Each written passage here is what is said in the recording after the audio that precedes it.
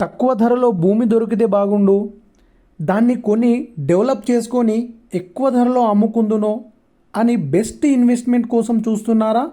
అయితే మీకు ఇది అద్భుతమైన అవకాశం. కేవలం 13,50,000కే ఎకరం భూమి అమ్మకానికి కలదు. జనగాం నుండి కేవలం 13 కిలోమీటర్ల దూరంలో 2 ఎకరాల భూమి అమ్మకానికి కలదు.